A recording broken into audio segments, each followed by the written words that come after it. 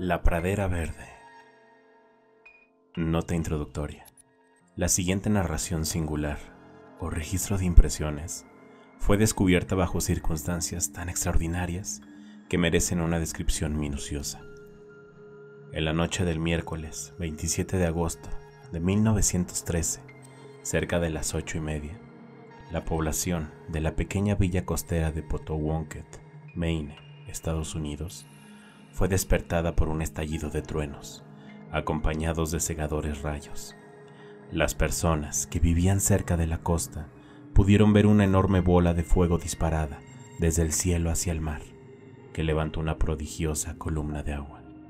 El domingo siguiente, una partida de pescadores integrada por John Richmond, Peter B.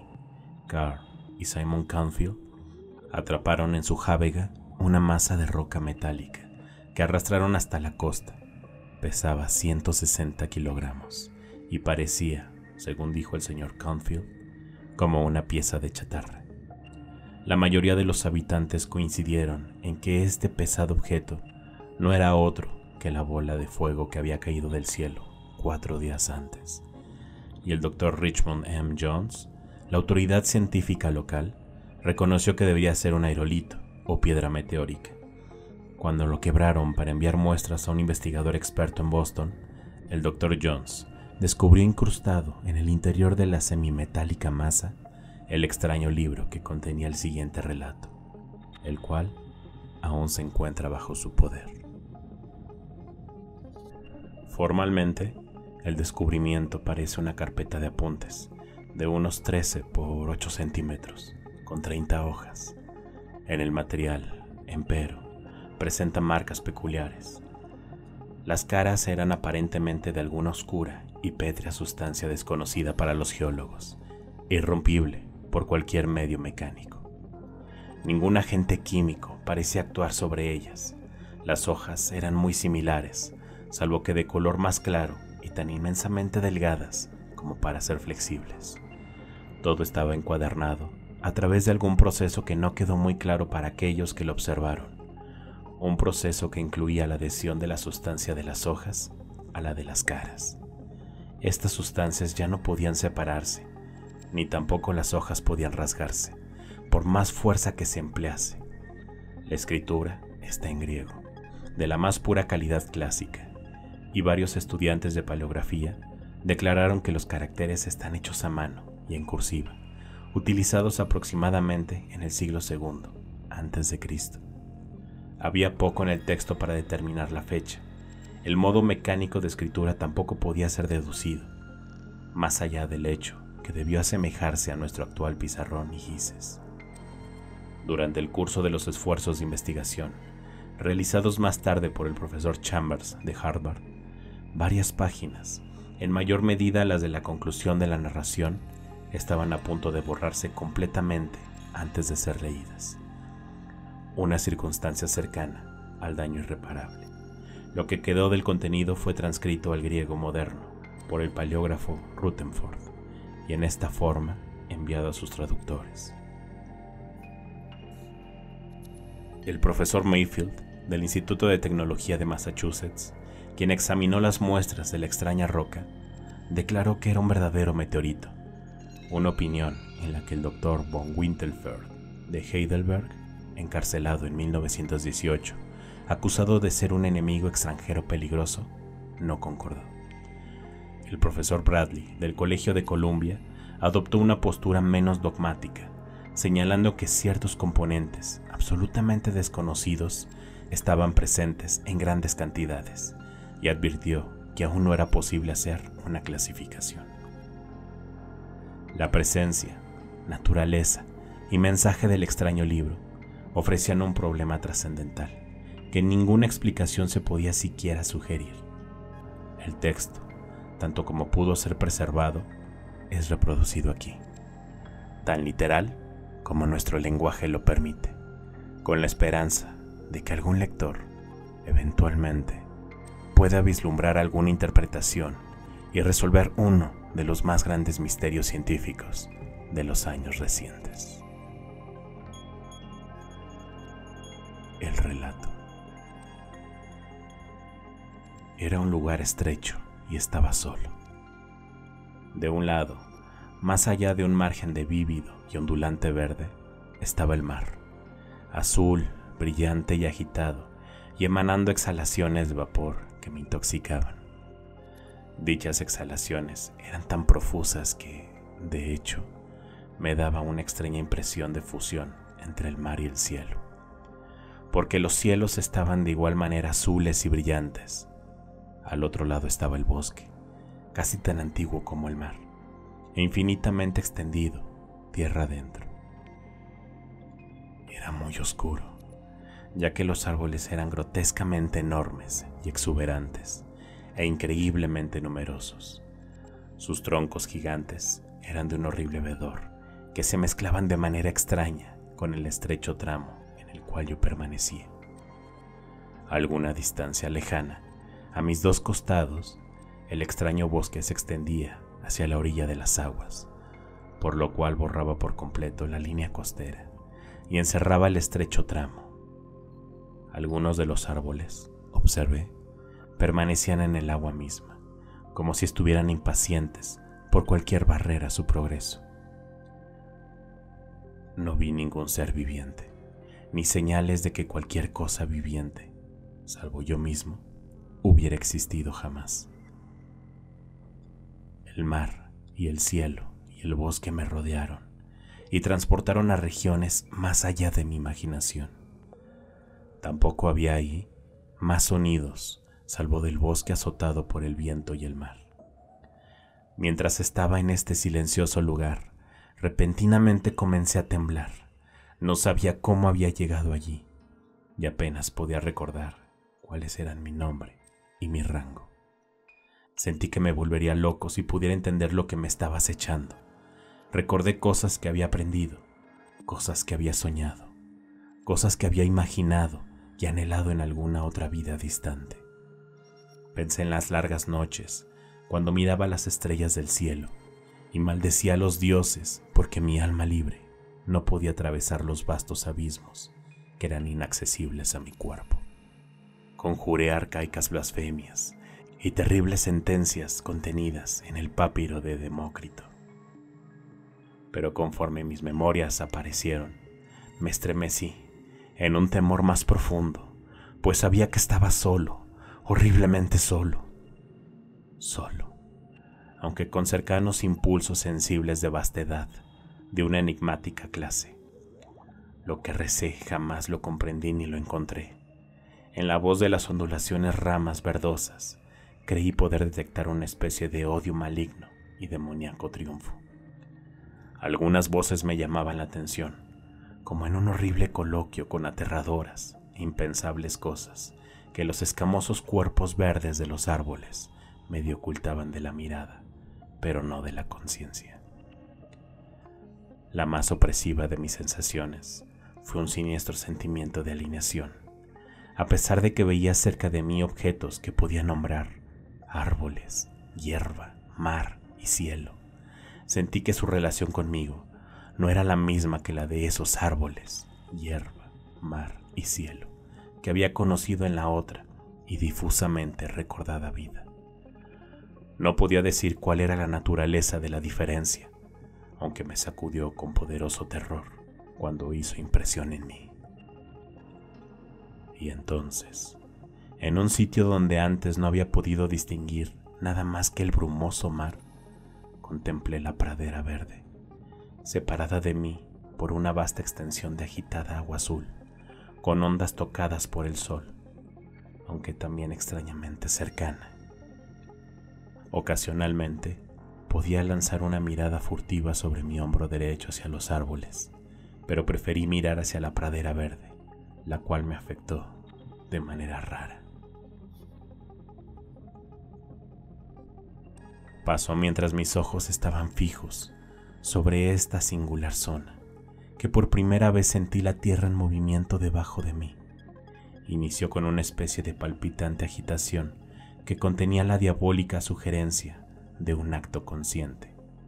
El pedazo de orilla en el que estaba parado se separó de la herbosa costa y comenzó a flotar lejos, transportada lentamente por alguna continua fuerza irresistible. Permanecí inmóvil, sorprendido y perplejo por el fenómeno sin precedentes, y me mantuve rígido, todavía hasta que una ancha corriente de agua se abrió camino entre la tierra con árboles y yo. Entonces me senté, con una especie de aturdimiento, y nuevamente miré el agua resplandeciente y la pradera verde. Detrás de mí, los árboles y las cosas que tal vez habían ocultado parecían irradiar una infinita amenaza. Lo supe sin siquiera voltear a verlos, ya que, mientras me acostumbraba a la situación, me volvía menos dependiente de los 5 sentidos que alguna vez habían sido lo único en que confiara. Sabía que el escamoso bosque verde me odiaba. Sin embargo, por ahora estaba a salvo de él, ya que mi pedazo de terreno se había alejado bastante de la orilla. Pero mientras un peligro quedaba atrás, otro se alzaba frente a mí. Trozos de tierra se estaban despedazando constantemente de la isla flotante que me sostenía, así que la muerte no podía estar más distante de cualquier manera. Pero incluso entonces me pareció sentir que la muerte no sería muerte para mí, y me volví a mirar hacia la pradera verde, imbuido por una curiosidad de seguridad en extraño contraste con mi horror general. Entonces fue cuando escuché, a una distancia inconmensurable, el sonido de agua que cae. No era el sonido de ninguna cascada trivial como las que había conocido, sino ese que quizás podía escucharse en las lejanas tierras de los escitas, como si todo el Mediterráneo fuera derramado en un abismo insondable. Era hacia este sonido que mi isla decreciente se dirigía, y yo estaba contento. En la lejanía posterior estaban sucediendo cosas extrañas y terribles, cosas que volteé a ver y me estremecí al contemplarlas, porque en el cielo oscuras formas de vapor flotaban fantásticamente y rumiaban sobre los árboles y parecían responder al desafío de las ondulantes ramas verdes. Luego, una neblina muy espesa surgió del mar para unirse a las formas del cielo, y la costa desapareció de mi vista, aunque el sol, un sol que no conocía, brillaba sobre el agua a mi alrededor. La tierra que había dejado parecía envuelta en una demoníaca tempestad, donde chocaban la voluntad de los árboles infernales y lo que se ocultaba, en contra del cielo y el mar. Y cuando la neblina se disipó, solo pude ver el cielo azul y el mar azul, y no había más tierras ni bosques. En este punto mi atención fue atraída por el canto de la pradera verde. Hasta ahora, como había dicho, no había encontrado señal de vida humana, pero ahora llegó a mis oídos un reconfortante canto cuyo origen y natura eran al parecer inconfundibles. Mientras que las palabras eran totalmente indistinguibles, el canto despertaba en mí una particular serie de asociaciones y me recordó algunas perturbadoras líneas que alguna vez traduje de un libro egipcio, que a su vez habían sido tomadas de un papiro del ancestral Marou. A través de mi cerebro corrían líneas que temía repetir, palabras que hablaban de cosas muy antiguas y formas de vida en los días en los que nuestra tierra era bastante joven, de cosas con pensamiento, movimiento y vida, aunque los dioses y los hombres no las consideraran vivas. Era un libro extraño. Mientras escuchaba, me volvía de manera gradual más consciente de una circunstancia que antes me había desconcentrado, solo subconscientemente. En ningún momento mi vista había distinguido ningún objeto definido en la pradera verde, lo que me daba una impresión de vívido y homogéneo verdor, en suma total de lo que percibía. Ahora, no obstante, veía que la corriente podía causar que mi isla quedara a corta distancia de la costa, así que tal vez podría apreciar más sobre la tierra y el canto. Mi curiosidad por contemplar a los cantantes había aumentado mucho, aunque estaba mezclada con aprensión. Fragmentos de tierra continuaban separándose de la pequeña superficie que me transportaba, pero yo no tenía en cuenta su pérdida, porque sentía que no iba a morir con el cuerpo, o lo que aparentaba ser un cuerpo, que al parecer poseía. Todo acerca de mí, incluso la vida y la muerte, era ilusorio. Ya había trascendido los límites de la mortalidad y la entidad corporal. Siendo un libre y separado objeto, me impresionó como si fuese verdadero. Del lugar en donde estaba, no sabía nada, salvo que sentía que no podía estar en el planeta Tierra, que una vez me fue tan familiar.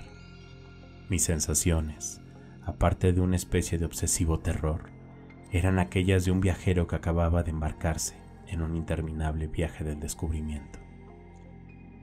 Por un momento pensé en las tierras y las personas que había dejado atrás, y de la extraña manera por la cual, tal vez algún día, les contaría mis aventuras, a pesar de que quizás nunca vuelva.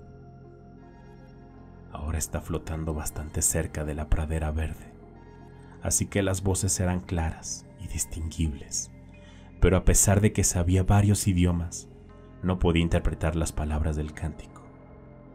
Me eran, de hecho, muy familiares, como lo había sentido en la lejana distancia, pero, más allá de una vaga sensación de increíble remembranza, no pude obtener nada más de ellos. La extraordinaria calidad de las voces, una calidad que no puedo describir, me fascinaba y me aterrorizaba al mismo tiempo. Mis ojos podían distinguir ahora varias cosas entre el omnipresente verdor: rocas cubiertas con un brillante musgo verde, arbustos de altura considerable y unas formas menos definidas de gran magnitud que parecían moverse o vibrar entre los matorrales en un modo peculiar. El canto, cuyos autores estaba tan ansioso por vislumbrar, pareció más intenso en puntos donde estas formas eran más numerosas y más vigorosas en su movimiento. Y luego, mientras mi isla se acercaba y el sonido de la distante caída de agua aumentaba de volumen, vi claramente la fuente del cántico, y en un horrible instante me acordé de todo. De tales cosas no puedo ni me atrevo a decir nada, ya que en esto fue revelada la execrable solución de todo lo que me había desconcertado. Y esta solución podría volverlos locos, tal y como casi me sucedió a mí. Ahora conocía el cambio que había experimentado, al igual que otros que alguna vez fueron hombres, también experimentaron, y conocía el interminable ciclo del futuro al que nadie podía escapar. Viviré por siempre, estaré consciente por siempre, aunque mi alma suplique a los dioses por la bendición de la muerte y el olvido. Todo está delante de mí. Más allá del ensordecedor torrente existe la tierra de Stételos, donde un joven es infinitamente viejo, la pradera verde. Enviaré un mensaje a través del horrible e inconmensurable abismo.